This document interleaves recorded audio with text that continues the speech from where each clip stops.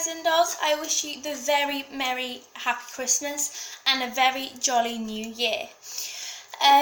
So today I'm just going to show you how to make a pomander. It is a orange or citrus fruit, well, traditionally an orange, and you stick spices in it like cloves. But today I'm just going to show you what else you can do with the pomander. So today I'm using grapefruit just because I've only just bought oranges today and the grapefruits look a bit older, so I wanted to use those up. I'm not wasting anything. So a pomander uses stuff that you already have in the house this time of year. So you've got a ribbon that you will be doing for wrapping it with Christmas presents. So you already have that in. Doesn't cost a lot of money. You need a citrus fruit. So traditionally is an orange, but in my case I'm using a grapefruit. And traditionally you use cloves and you just stab them into the fruit. But I also have some extra spices that you might have in your cupboards for this festive season. I've got some star anise and a cinnamon stick. I've put the cinnamon stick just under the ribbon so it's close to the orange or grapefruit, like so it's all connected and combined. Right now I wish that TV and anything screening on the screen, I wish you could like smell it. It's just amazing. So it can take a little bit of time, so do be patient with it, because it depends on how big your orange is. You just stab, and how much spices you want in it really. The more is better because you get more fragrance. But you pierce them through the skin of the fruit because all the oil comes out when you pierce them. So the flavours and fragrances combine, and that's where you get all the sweet citrus freshness mixed with the Christmas spices like cloves.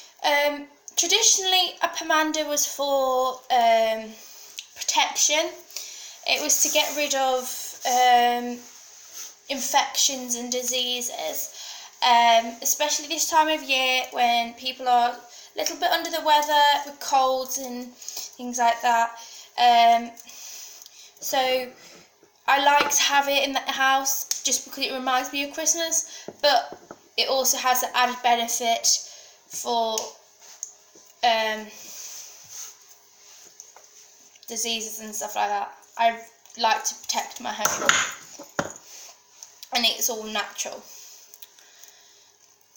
It really doesn't cost a lot of money. It just makes do with the fruit that you already have in and the spices that you already have in for your Christmas bakes or other cookery skills.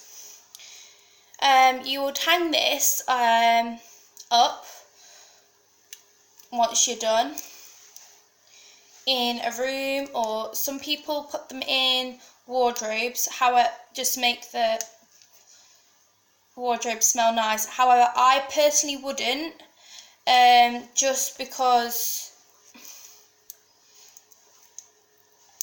I feel like it might go on my clothes and I don't want any oils from lovely citrus fruit to go on my clothes. And you probably get the idea now, but you stick loads of cloves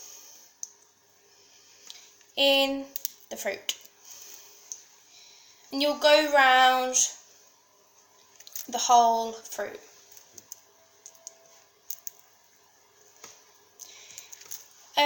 If you wanted to use the star anise like I've added today, just bearing in mind they can be a little bit more fiddly than cloves. They are a lot bigger, so like that, and they will break off. So all you want to do, and sometimes they'll be a bit more fiddly depending on how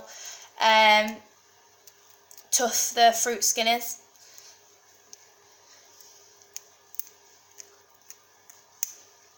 And it's starting just to break away. You might find that be a lot easier as well.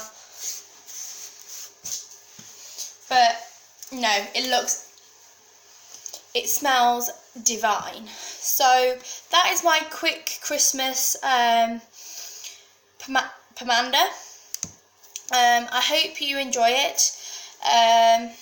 And please like and subscribe.